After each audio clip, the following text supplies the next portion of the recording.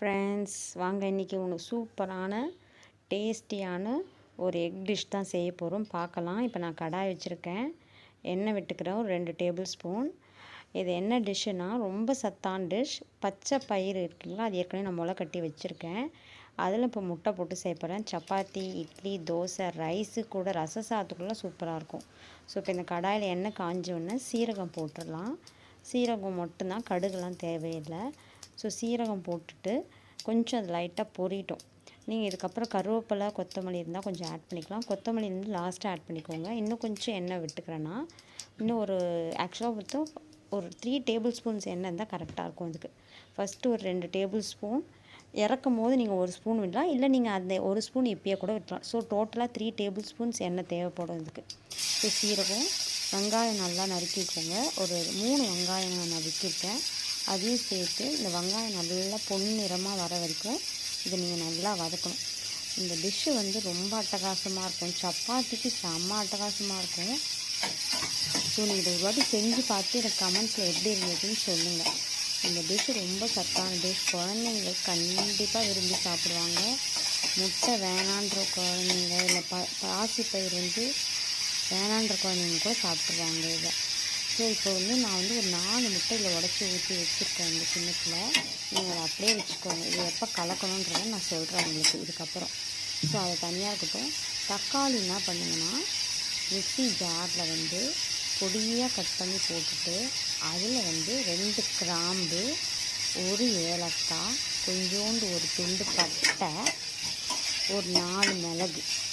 So இதை போட்டு நல்லா நைஸாக அரைச்சிடுங்க. நைஸான ரொம்ப நைஸாக வேணால் ஒரு 75-80% அளவுக்கு ஒரு மோடில் இது பண்ணி எடுத்துருக்கேன்.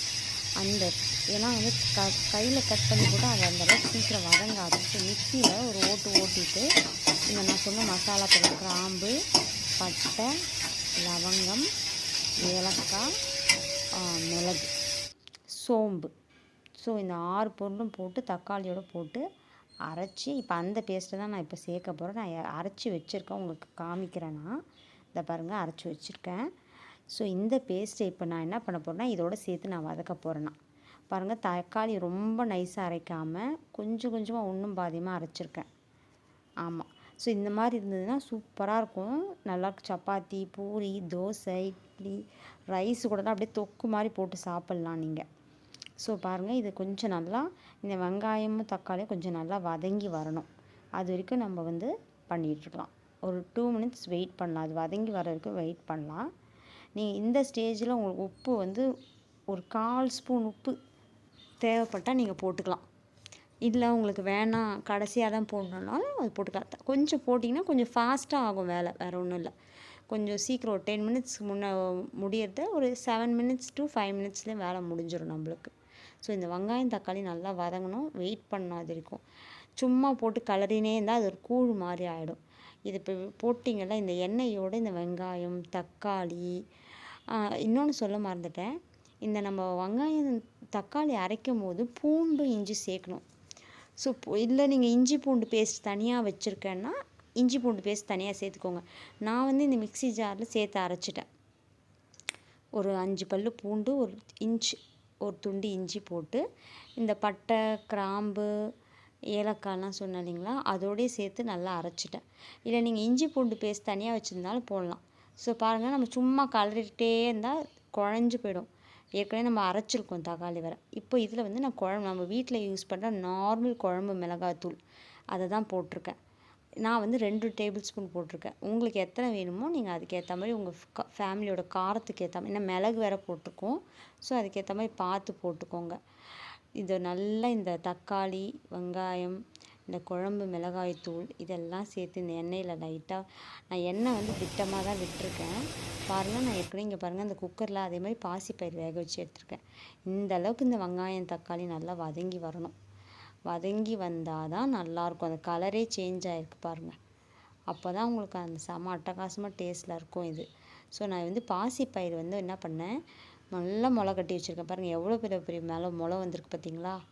நல்லா இவ்வளோ கை இந்த அளவுக்கு சைஸு, நல்லா பாதி இன்ச்சு, நம்ம கையில் பாதி சைஸ் அளவுக்கு நான் முளை கட்டி வச்சுருக்கேன்.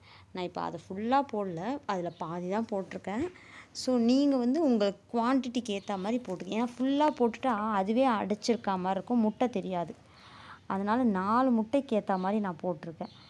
நீங்கள் வந்து உங்கள் வீட்டில் ஃபேமிலி மெம்பர்ஸ்க்கு ஏற்ற மாதிரி எவ்வளோ ஊற வச்சு எவ்வளோ போடணுன்றதை பார்த்துக்கோங்க.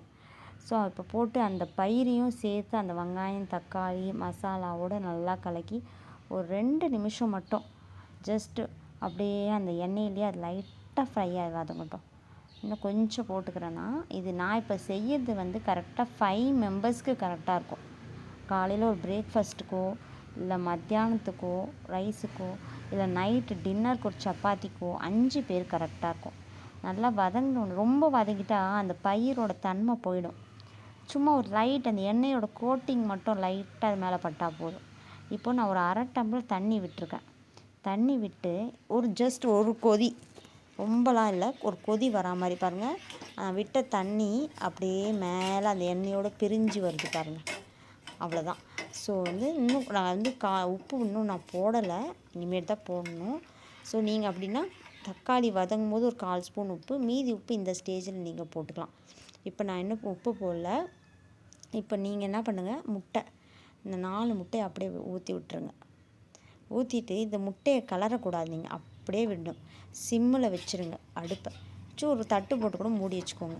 ஒரு 2 மினிட்ஸ் கழித்து பாருங்கள், சூப்பரான அட்டகாசமாக எவ்வளோ அழகாக அந்த முட்டைங்க ரொம்ப அப்படியே உடஞ்சி கூழாகாமல் சூப்பராக